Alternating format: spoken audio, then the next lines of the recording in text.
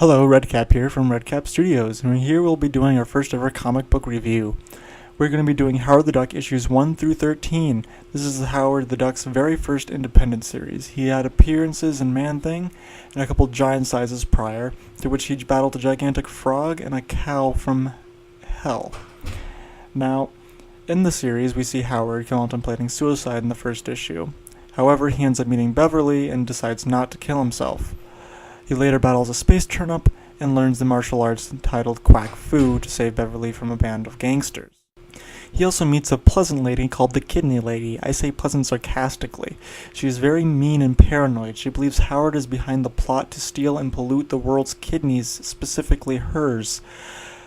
She appears a couple more times just to cause the Duck trouble. Later on in the next issue, we see him meet someone by the name of Winky Man, who is an artist by day and ends up falling asleep to fight crime, due to repressed feelings of inadequacy from his family and his art. Then in the 5th issue we see Howard trying to scrounge up some money because Bev is not independently wealthy. He ends up fighting in the ring after trying to get a couple different jobs in which he has a fight with a clown, using his newly acquired Quack Fu powers. He ends up beating the wrestler, however loses the money due to a technicality that he is a duck, and not a man as specified in the ad. Next, things get even weirder. He ends up battling off a gigantic gingerbread creature, and then begins a candidacy for president. During this period, however, Howard tries very hard to actually become president. He sees himself as a way to actually fix the world and the problems the hairless apes have created for themselves. However, a plot is put against him to ruin his candidacy and his good name by releasing scandalous photos of him and Bev in the same bathtub that are very obviously photoshopped. Shortly after losing the presidential run, Howard decides to take a vacation in Canada, where he finds out the person behind this political scandal is none other than Les Beaver, a Canadian fanatic who believes America is polluting Canada. During this, Howard ends up trying to battle the beaver on a tightrope. However, he realizes how absolutely ridiculous this is and runs away. Le Beaver, unable to balance, falls to his death. After this, Howard isn't quite the same. He begins to go a little crazy. He begins to hear other words and thoughts in his mind, and he doesn't quite understand what's going on with reality.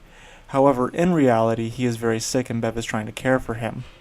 Howard soon wakes up out of this trauma to find Beverly hanging out with the doctor that she had hired to help Howard. Howard, believing that she has left him, decides to go on his own. While he leaves, he ends up running into Winda on a bus trip out of Cleveland.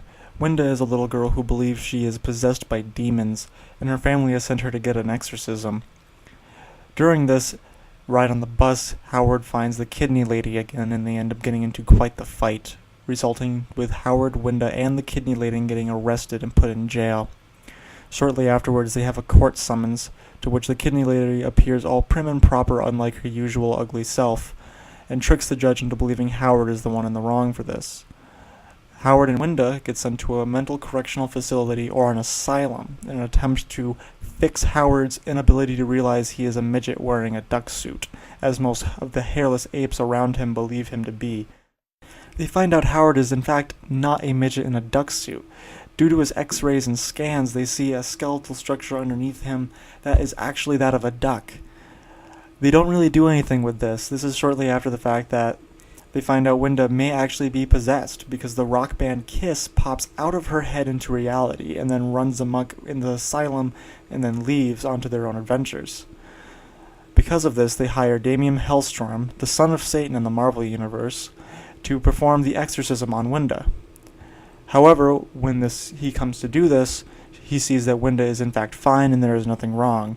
But he is challenged by another sorcerer, in which the satanic soul of the son of Satan inside of Damien transfers from him into Howard, creating a hellish duck form that wreaks havoc among the city. This is where the issue leaves off. It doesn't really go any further than that. It's a very crazy issue, just as the entire series is really. The jokes are always funny, but they come into a little bit with reality. Even though he fights off a gigantic gingerbread monster and a vampire cow at points, there's always a reason behind it, and he always likes to play off how comedic the world is.